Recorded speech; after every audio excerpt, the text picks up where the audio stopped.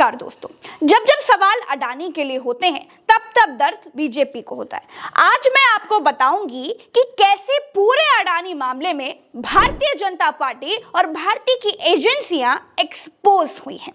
दोस्तों, आंध्र प्रदेश के नल्लौर जिले में एक पोर्ट है जिसका नाम है कृष्णपट्टनम। यहाँ के मालिकों पर 2018 में आईटी रेड पड़ती है। दुनिया को लगता है कि कोई हेर फेर किया होगा, इसीलिए ना रेड पड़ी है। रेड के बाद मालिक परेशान हो जाता है। आप तो जानते हैं आईटी की कार्रवाई, बंदरगाह के मालिक को बंदर बना दिया जाता है। फिर 2020 में इस बंदरगाह की 75% हिस्सेदारी अडानी खरीद लेते हैं। फिर एक साल के बाद यानी 2021 में अडानी जी पूरा बंदरगाह ही खरीद लेते हैं। कुछ समझे आप? नहीं समझे? कोई बात नहीं। अब अगली रेड की तरफ चलते हैं। आगे आगे मोदी जी की एजेंसियां रेड मारती हैं और पीछे पीछे अडानी जी खरीदारी करते हुए चलते रहते हैं। भारतीय एजेंसियां ना हो गई अडानी के लिए ब्रोकरेज पर काम करने वाली कोई एजेंट हो गई। और सुनिए, अभी खत्म नहीं हुआ है। अब आइए दिसंबर 2020 में एसीसी अंबुजा अल्ट्राटेक सीमेंट पर रेड पड़ती है। फिर दिसंबर 2022 में अडानी एसीसी और अंबुजा सीमेंट के स्टेक खरीद लेते हैं। कुछ समझे आप? देश हित में सब काम हो रहा है। अभी और आगे अगली डील की तरफ मुंबई चलते हैं। चलिए, हाँ, वहां मुंबई एयरपोर्ट अडानी जी को खरीदना था, लेकिन वहां भी पहले भारतीय एजेंसियां मौजूद थी। तारीख थी 2 जुलाई 2020। मुंबई एयरपोर्ट को संभालने वाली जीवीके कंपनी के खिलाफ सीबीआई एक केस रजिस्टर करती है। फिर 18 जुलाई 2020 को ईडी भी जीवीके पर रेड मार देती है। मतलब यहां भाई लोग जरा भी धीरज नहीं धर पाए, दनादन जीवीके पर कार्रवाई होती गई। और फिर क्या हुआ?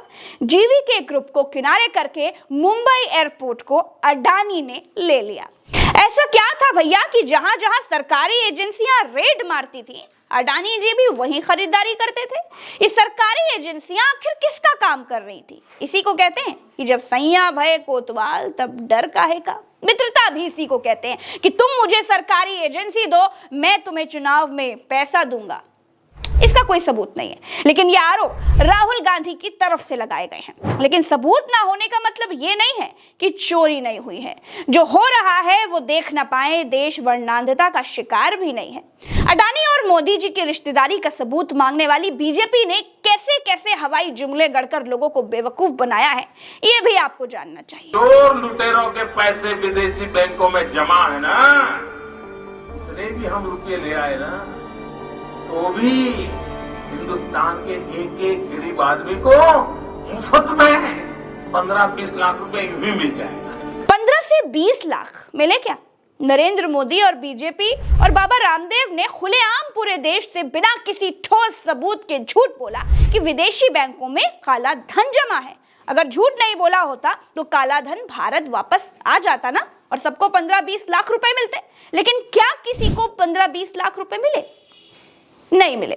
मोदी जी ने देश से झूठ बोला, देश को एक संगठित झूठ में फंसाया गया, लोगों को उकसाया गया। जब अमित शाह से पूछा गया तो पता चला कि ये तो एक जुमला था जी। ये भाषण देने का एक तरीका है, एक जुमला है। सूरज निकलता है तो गर्मी लगती है, इसका कोई सबूत नहीं है, लेकिन महसूस होता है। थर्मामीटर में दिखाई देता है, माथे पर पसीना चमकता है। सूरज अपनी गर्मी का सबूत 100 रुपए के स्टैम्प पेपर में लिखकर नहीं देता।